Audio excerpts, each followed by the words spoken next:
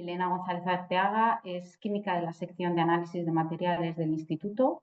Gran parte de su actividad profesional ha estado vinculada a proyectos de investigación relacionados con el papel. El formato de Todos los reempapelamos ha sido primero una especie de sesión o de charlas o conferencias desde una manera más, desde un punto de vista más técnico y analítico, ¿no? De esa parte física, química que siempre tenemos que estar recordando cada vez que nos enfrentamos a algo, ¿no? Y entonces, bueno, pues Elena ha estado conmigo en los 3 reempapelamos, estuvo en el primero y, bueno, pues quería darle las gracias por volver a estar en el segundo y compartir de nuevo todos sus conocimientos y trasladarlos de una manera fácil y asequible a nosotros, que a veces nos cuesta. Entonces, bueno, pues no la robo más tiempo. Su conferencia se titula Limpieza en base acuosa del soporte celulósico, evolución en las... Perdón, que me he ido de renglón. De su conferencia es He avanzado la conferencia de Anjas Valiu. Su conferencia se llama El agua como sustancia presente en el papel. Muchas gracias, Elena, y bienvenida. Bueno, gracias, Emma, por la presentación y por volverme a invitar a esta segunda edición. Voy a compartir la pantalla. Bueno, pues como os decía, como esta webinar fluye, ¿no?, por decirlo de alguna forma, pues a través del agua, pues mi parte, digamos, es, como bien ha dicho Emma, un poco más analítica, un poco más química, y es lo que voy a intentar explicaros en estas 2 jornadas, ¿no? Bueno, su presencia, la presencia del agua, pues es esencial en el papel, tanto en su producción como en su proceso natural de envejecimiento, como sabéis. Y pues como bien ha explicado Emma, pues es usada en tratamientos de conservación, pues como limpiezas, lavados o desalificación, ¿no?, que suelen contener una importante cantidad de agua.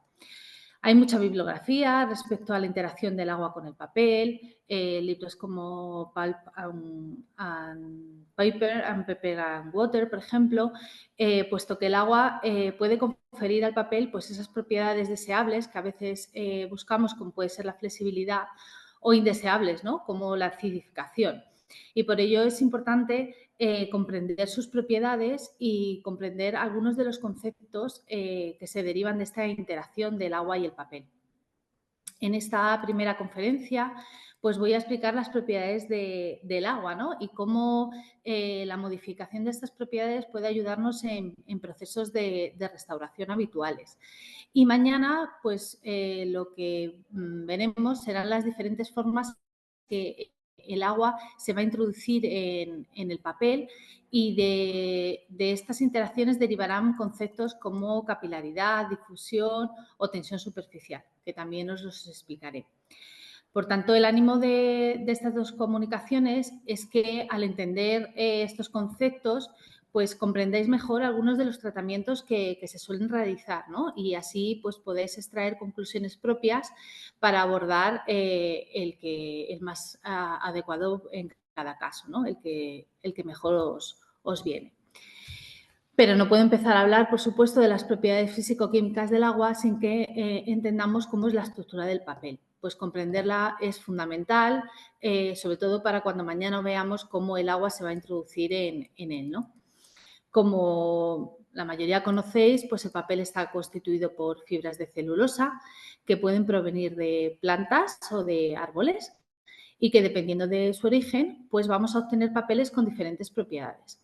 En el caso de las pastas madereras tenemos un polímero más, que es la lignina, que su propio nombre significa leña de madera. Así que las plantas que contienen esta gran cantidad de lignina se las denomina leñosas, y es de las cuales obtenemos el papel de pasta de madera, ¿no? Su oxidación pues es la que produce una coloración oscura en la superficie del papel, ¿no?, además de proporcionarle fragilidad.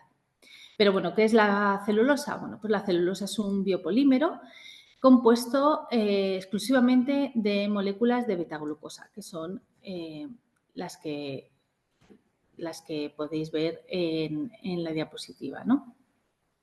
La palabra polímero pues deriva de las palabras griegas poli y mers, que literalmente significa muchas partes. Es decir, la celulosa pues está constituida por muchas moléculas de glucosa unidas entre sí, ¿no? ¿Y cómo se unen? Bueno, pues se unen mediante lo que denominamos puentes de hidrógeno, que son más débiles que las uniones químicas, denominadas covalentes, y en la animación pues podéis ver cómo una molécula de glucosa se va uniendo mediante estos puentes de hidrógeno, que en la animación están representados en azul, hasta crear una macroestructura, ¿no? Cuando las microfibrillas se unen y forman la fibra de celulosa y dan esta macroestructura que constituirá la pared celular de la planta y que luego nos servirá para la producción de papel. Estas cadenas de celulosa que hemos visto, pues se van a unir entre sí posicionándose paralelamente, formando dos tipos de estructuras. Una estructura geométricamente definida, a la que se denomina zona cristalina y que nos va a servir de barrera protectora frente a algunos agentes degradantes, o se pueden unir mediante una posición desordenada, a la que denominaremos zona amorfa. Esta disposición de celulosa es importante porque dependiendo de la cantidad de celulosa amorfa que contenga el papel, pues va a dar lugar a moléculas reactivas. ¿Qué quiere decir esto? Pues que estas moléculas son las que van a interaccionar con el agua y le van a conferir al papel, por ejemplo, más capacidad de absorción, que es un concepto que veremos mañana. La proporción entre celulosa amorfa y cristalina pues dependerá de las especies de plantas y del proceso del origen de la celulosa y de su proceso de fabricación. Pero, a modo general, aquel papel que tenga un incremento de esta zona amorfa, lo que va a conseguir es que sea más flexible, ¿no? Porque da más elasticidad a la fibra. Un concepto importante que seguramente habéis leído es el grado de polimerización. Como os he dicho, el polímero es la unión de muchas unidades, ¿no? de glucosa.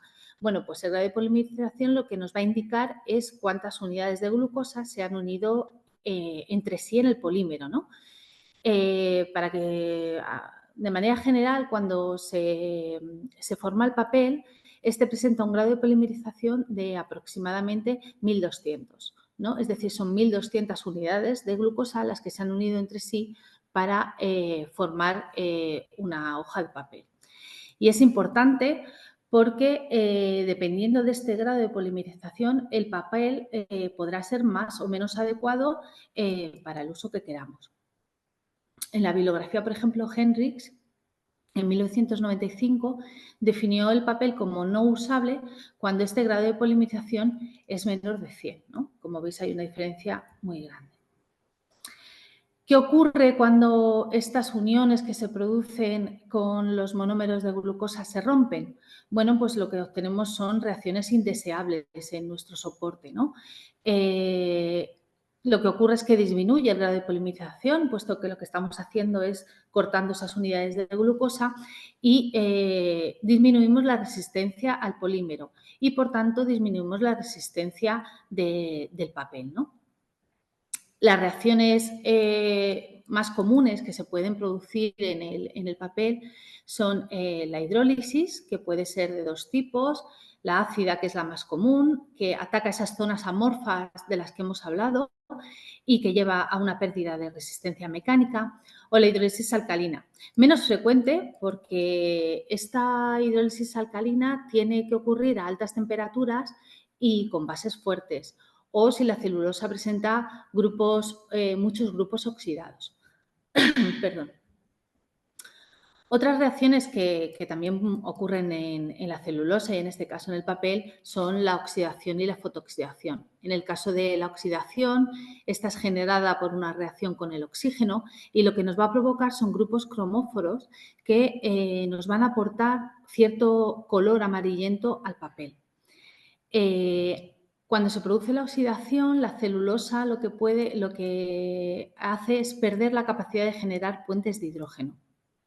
En la oxidación, en la fotooxidación, además de influir el oxígeno, pues también interviene la luz, ¿no? Por eso es fotooxidación. Por supuesto, hay muchas más reacciones que se pueden producir y que pueden provocar ese deterioro en nuestro soporte, como pueden ser los procesos metabólicos de ciertos microorganismos, provocando una hidrólisis enzimática. Puede ocurrir también una oxidación por metales presentes en el papel, por elementos sustentados, como pueden ser las tintas, etcétera.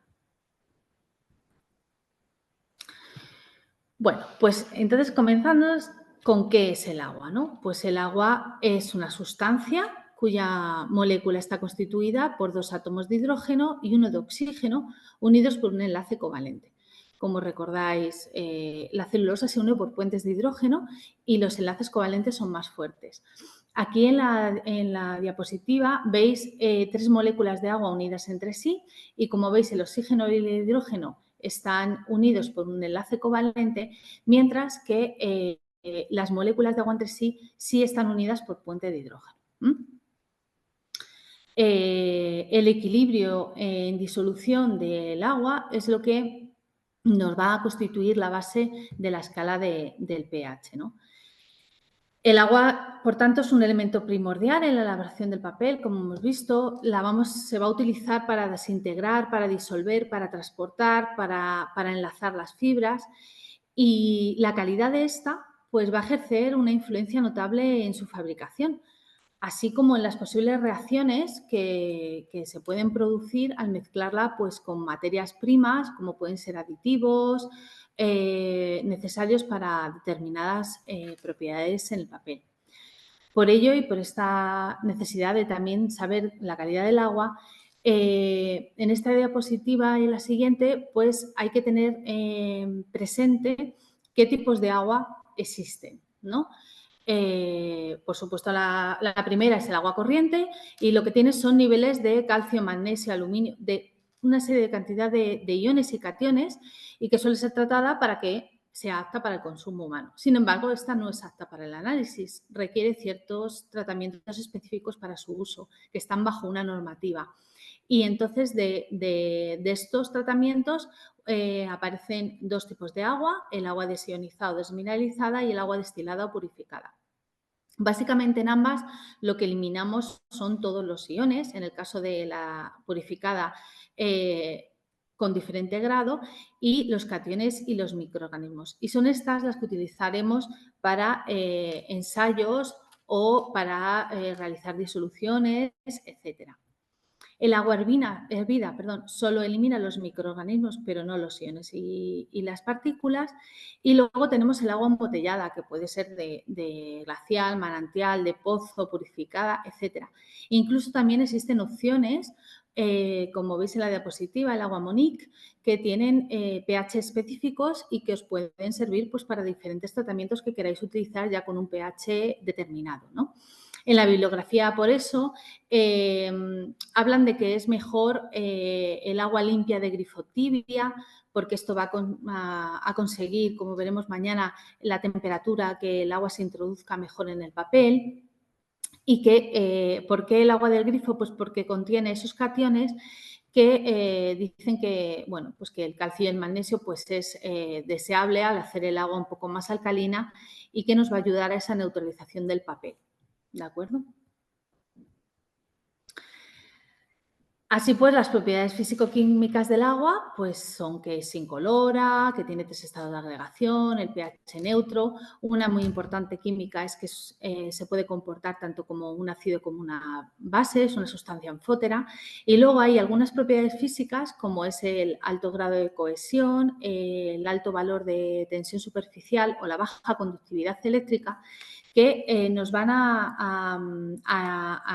servirán para entender términos que veremos mañana, como os he explicado, como son la capilaridad, la difusión o la tensión superficial.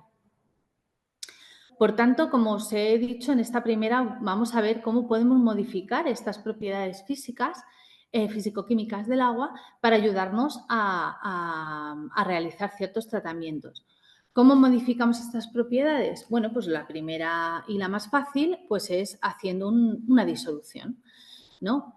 Si hacemos una solución de agua destilada o purificada, que como hemos visto no tenemos ni iones ni catenes, y le añadimos un soluto, por ejemplo, para un tratamiento de estabilización del soporte, un soluto puede ser pues, el bicarbonato de calcio, el propionato de calcio o el hidróxido cálcico, pues obtenemos una solución diferente. En el caso, por ejemplo, para estabilizar el soporte del hidróxido cálcico, pues nuestra solución ha de ser saturada, que como veis ahí es que el disolvente ya no admite más soluto.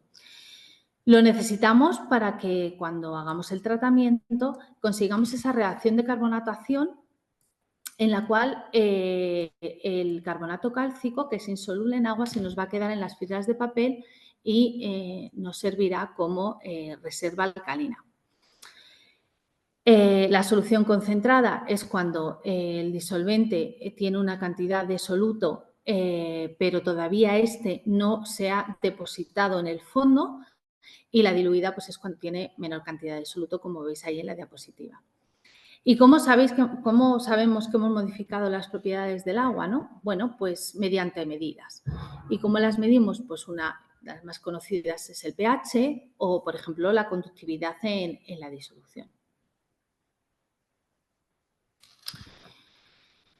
La medida de pH es ampliamente conocida por todos, por tanto no hace falta que me extienda en exceso aquí, pero bueno, es necesario que hable un poco de él, pues es una variable fácilmente controlable y regulable que nos sirve para mantener y para saber el rango de acidez o alcalinidad requeridos en cada parte, por ejemplo, del proceso de fabricación del papel. A fin de que, por ejemplo, pues, el encolado de papel pueda realizarse correctamente o la acción de un determinado aditivo, de un colorante o de estas disoluciones que, como os he dicho, nos sirvan para procesos de restauración habituales, ¿no? Permite medir, por tanto, de forma cómoda la acidez. La disolución será más o menos ácida dependiendo de la cantidad de iones de hidrógeno que contenga y como todos sabemos, pues la escala va desde un pH ácido, muy ácido, de 0,1 a un pH alcalino de 13,14. Los ácidos, las bases, las sales son sustancias que nos van a ayudar a modificar este pH dependiendo de nuestros requerimientos. Los ácidos y las bases fuertes pues son los que en una disolución acuosa están totalmente disociados y son electrolitos fuertes. En la diapositiva, como veis, el ácido clorhídrico, que es el que está representado, pues veis los iones cloruro y los iones hidronio disueltos por la disolución. Mientras que, por ejemplo, en el ácido fluorhídrico tenemos esos iones hidronio, ese fluoruro, pero también existe todavía ácido fluorhídrico en la disolución que no se ha disuelto completamente. Por lo tanto, en este caso tendríamos un ácido débil. Entonces, los ácidos y las bases débiles, por tanto, son aquellos que no están totalmente disociados y son electrolitos débiles. En el caso de las sales, que también pueden modificar nuestro pH, pues hay que saber que también existen las neutras, las ácidas o las bases. Como hemos visto, una de las propiedades del agua es que es anfótera y, por tanto, puede actuar tanto como ácido o como base y en interacción con otros, pues puede provocar distintos componentes, distintas sustancias. ¿Cómo medimos el pH? Bueno, pues se puede medir básicamente mediante dos formas, mediante cálculos matemáticos o experimentalmente y de forma directa, que digamos que es la manera más utilizada, ¿no?, a la hora de bueno, de hacer una experimentación o de estar trabajando con obra. Para la forma directa, experimental, pues hay dos formas de hacerlo, o con papeles indicadores o con el pHímetro. En el caso de los papeles indicadores, pues todos los conocéis, es una medida cualitativa. El más conocido es el de Linus o papel de tornasol, aunque tenemos indicadores que también son muy habituales, como la fenolftaleína o el naranja de metilo. Y, bueno, pues su coloración suele ir del rojo al violáceo, siendo este último el más alcalino, ¿no? En estas voy un poco más rápido porque creo que es una cosa que todos conocéis. Cuando queremos medir el pH ya de forma cuantitativa, es decir, más precisa que lo anterior, lo que tenemos que recurrir es a los potenciómetros o los pHímetros. Es un equipo electrónico que mide, ¿sí? Que mide la reacción de la solución o del soporte, ¿no?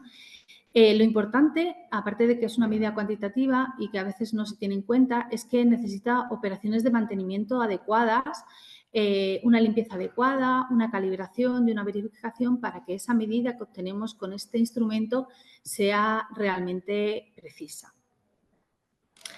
Y para ello, estos instrumentos tienen distintos electrodos y los distintos electrodos que podemos acoplar pues nos van a permitir medir el pH de distintas superficies.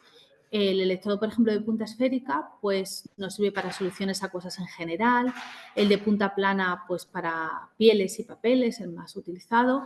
O el de punta cónica, que ya nos vamos a semisólidos como las carnes o los quesos. Otra de las propiedades que podemos modificar, pues es la viscosidad del agua. Su modificación, por ejemplo, mediante el uso de una disolución tampón, un agente quelante y un tensoactivo, pues lo que estamos constituyendo al unir estos tres elementos es un medio acuoso de limpieza, un medio acuoso que podemos, por ejemplo, aplicar mediante un hisopo de algodón.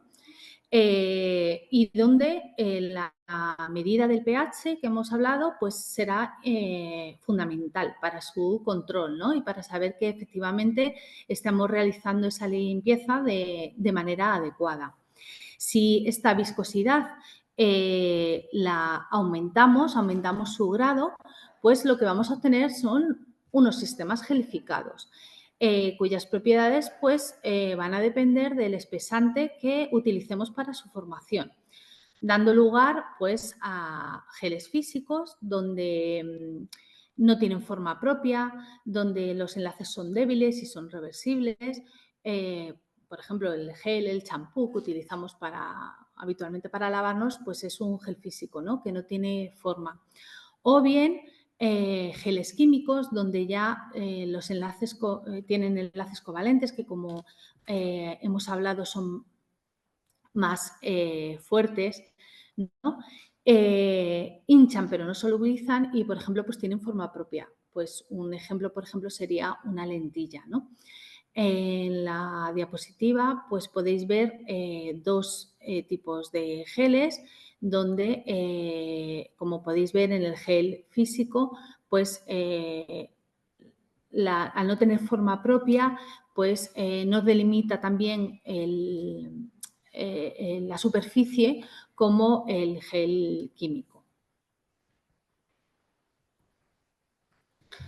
Así pues, dependiendo de lo que queramos, por ejemplo, con estos sistemas gelificados podemos aplicar humedad al soporte, si es lo que queremos.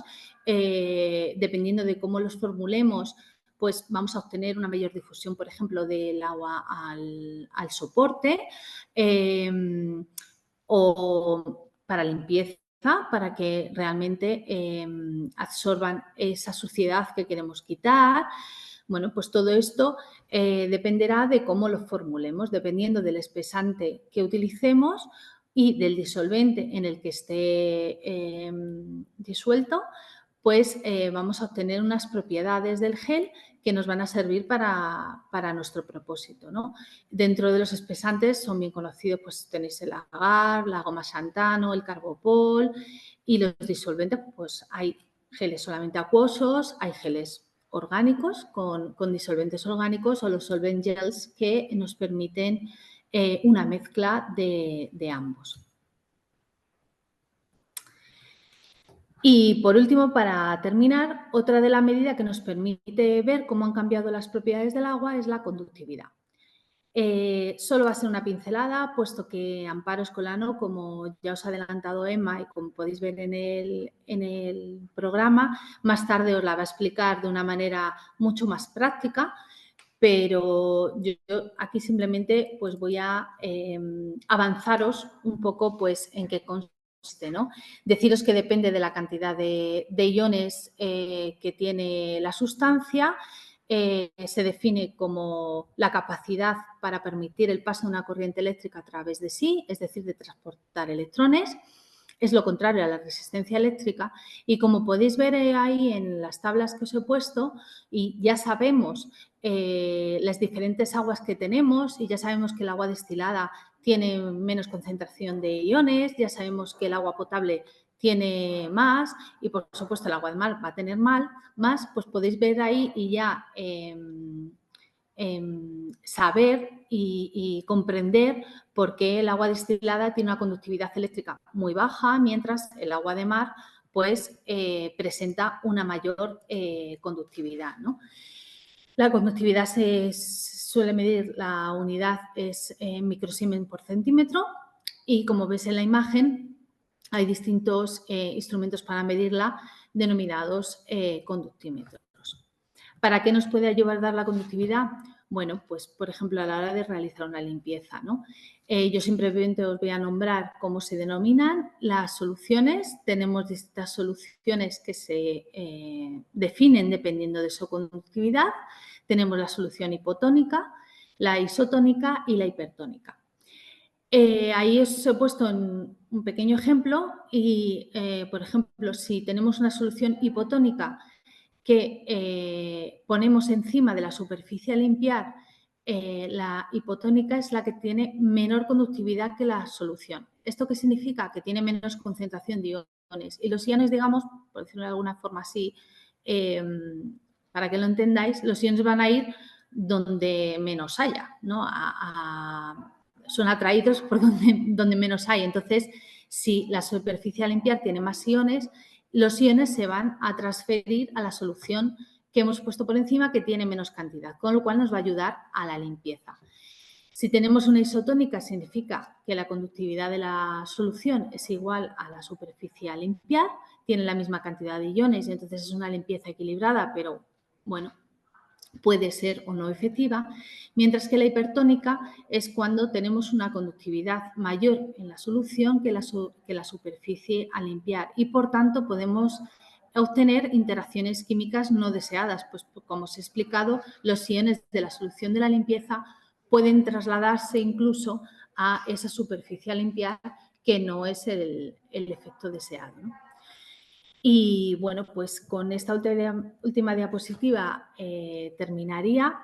Espero no haber ido muy rápido, pero mañana, como os he dicho, ya vamos a ahondar más en conceptos, pero era importante que conocierais realmente el agua como una sustancia y un poco las propiedades para ver mañana cómo se va a introducir en nuestra celulosa.